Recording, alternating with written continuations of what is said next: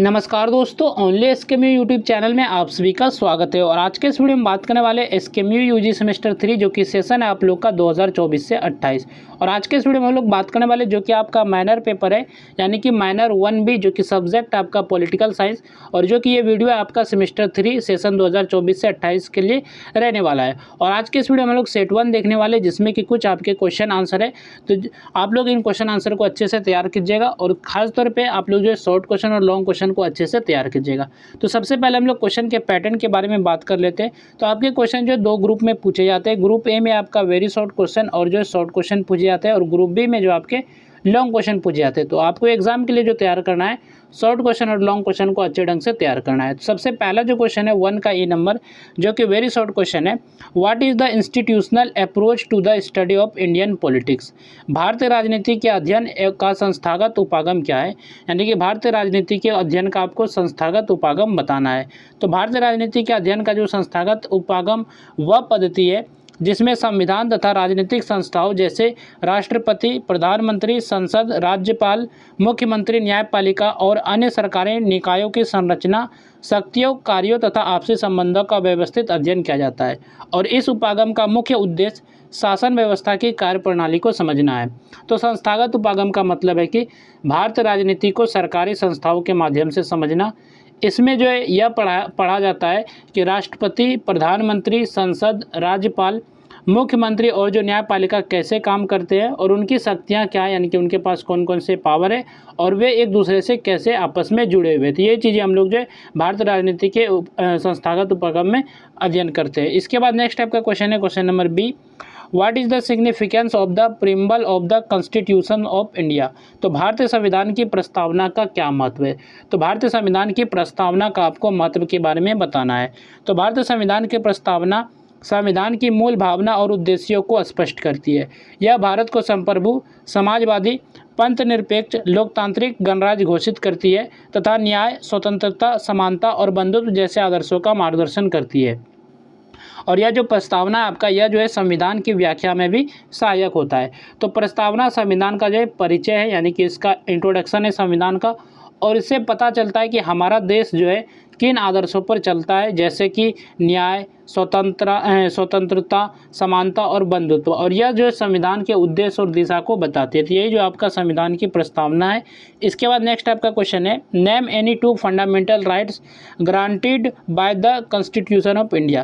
तो भारतीय संविधान द्वारा प्रदत्त किन्हीं 2 मौलिक अधिकारों के नाम लिखिए। यानी कि भारतीय संविधान द्वारा जो दिए गए किन्हीं 2 मौलिक अधिकारों के आपके नाम लिखना है, यानी कि 2 मौलिक अधिकारों के बारे में बात करना है। तो भारतीय संविधान नागरिकों को कई मौलिक अधिकार प्रदान करता है। इनमें से 2 प्रमुख अधिकार है, समानता का अधिकार तथा स्वतंत्रता का अधिकार। ये 2 अधिकार जो आपके प्रमुख है, 2 मौलिक अधिकार। पहला आपका समानता का अधिकार और दूसरा आपका स्वतंत्रता का अधिकार। ये अधिकार जो होते हैं सभी नागरिकों को समान अवसर, सम्मान तथा स्वतंत्र रूप से जीने और अपने विचार व्यक्त करने की सुरक्षा प्रदान करते हैं। तो मौलिक अधिकार क्या होता है? तो मौलिक अधिकार वे अधिकार है जो कि संविधान जो है हर नागरिक को देता है, ताकि वह सम्मान और जो है स्वतंत्रता के साथ जीवन जी सके। 2 प्रमुख आपका मौलिक अधिकार है, आपका पहला है समानता का अधिकार और दूसरा आपका जो स्वतंत्रता का अधिकार। वही चीज़ इसमें हमने बात किया, ठीक है। इसके बाद नेक्स्ट आपका क्वेश्चन है question number D. Who appoints the governor of A state? राज्यपाल की नियुक्ति कौन करता है? तो राज्यपाल की नियुक्ति कौन करता है, तो इसके बारे में आपसे पूछा गया है। तो भारतीय संविधान के अनुच्छेद 155 के अनुसार राज्यपाल की नियुक्ति भारत के राष्ट्रपति द्वारा की जाती है। राष्ट्रपति जो है अपने हस्ताक्षर और मुहर सहित नियुक्ति पत्र जारी करते हैं। राज्यपाल राज्य का संवैधानिक प्रमुख होता है तथा राष्ट्रपति के प्रतिनिधि के रूप में कार्य करता है। तो राज्यपाल की नियुक्ति कौन करता है? तो राष्ट्रपति करते हैं। तो भारत के हर राज्य में जो एक राज्यपाल होता है, और राज्यपाल की नियुक्ति जो है भारत के राष्ट्रपति करते हैं, और राज्यपाल जो है राज्य का संवैधानिक प्रमुख होता है। इसके बाद नेक्स्ट आपका क्वेश्चन है question number E. What is meant by good governance? सुशासन से क्या अभिप्राय है, यानी कि सुशासन से आप क्या समझते हैं? तो सुशासन का अर्थ है ऐसी शासन व्यवस्था से है जिसमें सरकार पारदर्शिता, जवाबदेही, कानून का पालन, जन भागीदारी, समानता, निष्पक्षता और दक्षता के साथ कार्य करे। इसका उद्देश्य है कि नागरिकों को समय पर गुणवत्तापूर्ण तथा न्यायपूर्ण सार्वजनिक सेवाएं उपलब्ध कराना और जन कल्याण सुनिश्चित करना है। तो सुशासन का क्या मतलब है? तो सुशासन का मतलब है कि अच्छी सरकार, ऐसी सरकार जो ईमानदारी से काम करे, लोगों की समस्याएं सुने, लोगों के लिए काम करे, समय पर सेवाएं दे, यानी कि समय पर सभी को सर्विसेज दे, सभी के साथ जो है समान व्यवहार करे, सभी के साथ अच्छे तरह से व्यवहार करे और जो है कानून का पालन करे। तो यही जो आपका गुड गवर्नेंस है, यानी कि सुशासन है। इसके बाद यहाँ से आपका शॉर्ट आंसर टाइप क्वेश्चन शुरू होते हैं, यानी कि शॉर्ट क्वेश्चन शुरू होते हैं। तो शॉर्ट क्वेश्चन पे जाने से पहले हम लोग बात कर लेते हैं इस पीडीएफ के बारे में कि ये पीडीएफ आप लोग कैसे डाउनलोड कर सकते हैं। तो इस पीडीएफ को डाउनलोड करना है तो ये पीडीएफ आपको हमारे टेलीग्राम चैनल ओनली SKMU पे मिल जाएगा, जिसका लिंक जो है वीडियो के डिस्क्रिप्शन में दिया गया। तो आप लिंक पे जैसे क्लिक करेंगे तो आप जो है टेलीग्राम पे रिडायरेक्ट हो जाएंगे और वहाँ से आप पीडीएफ को पढ़ सकते हैं।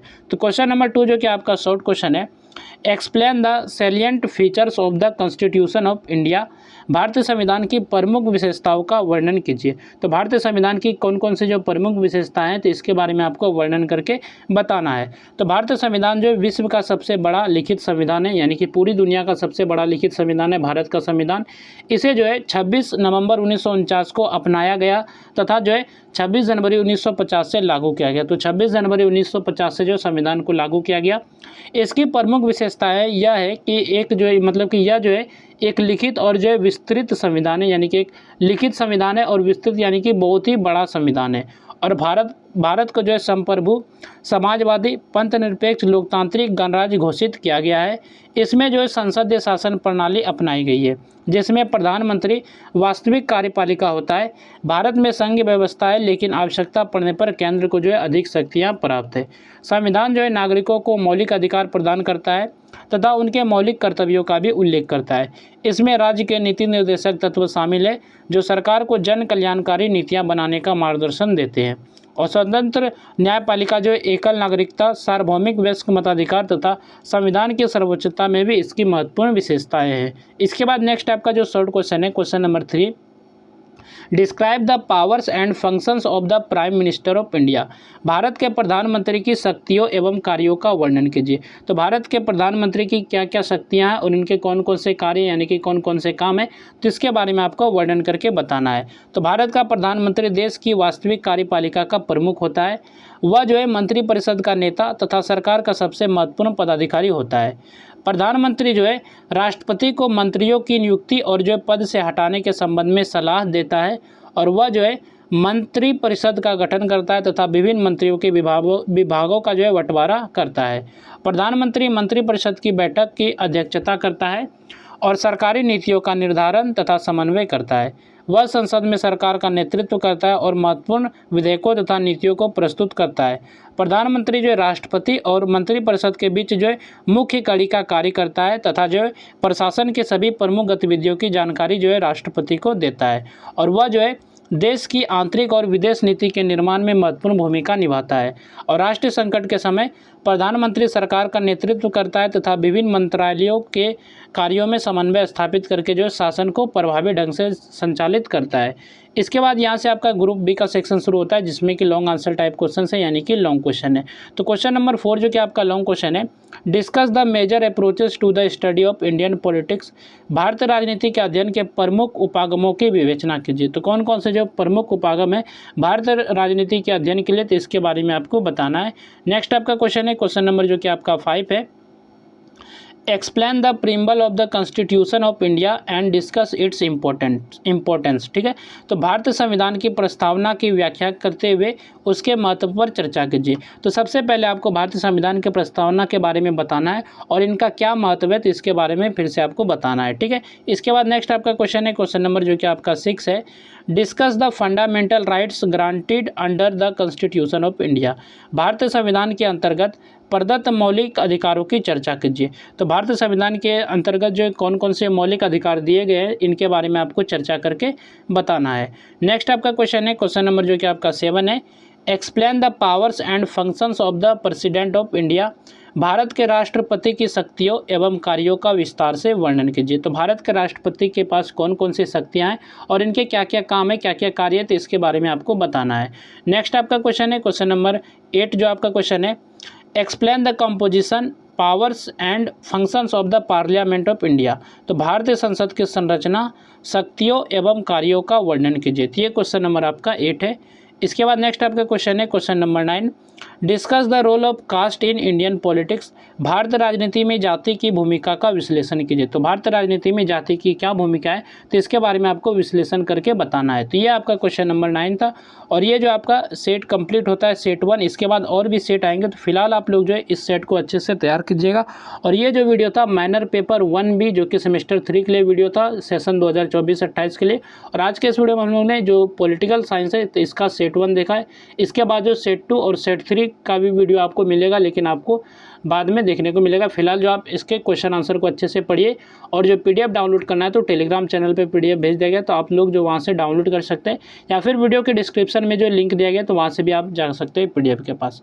तो चलिए फिर मिलते हैं नेक्स्ट वीडियो में। इस वीडियो में बस इतना ही।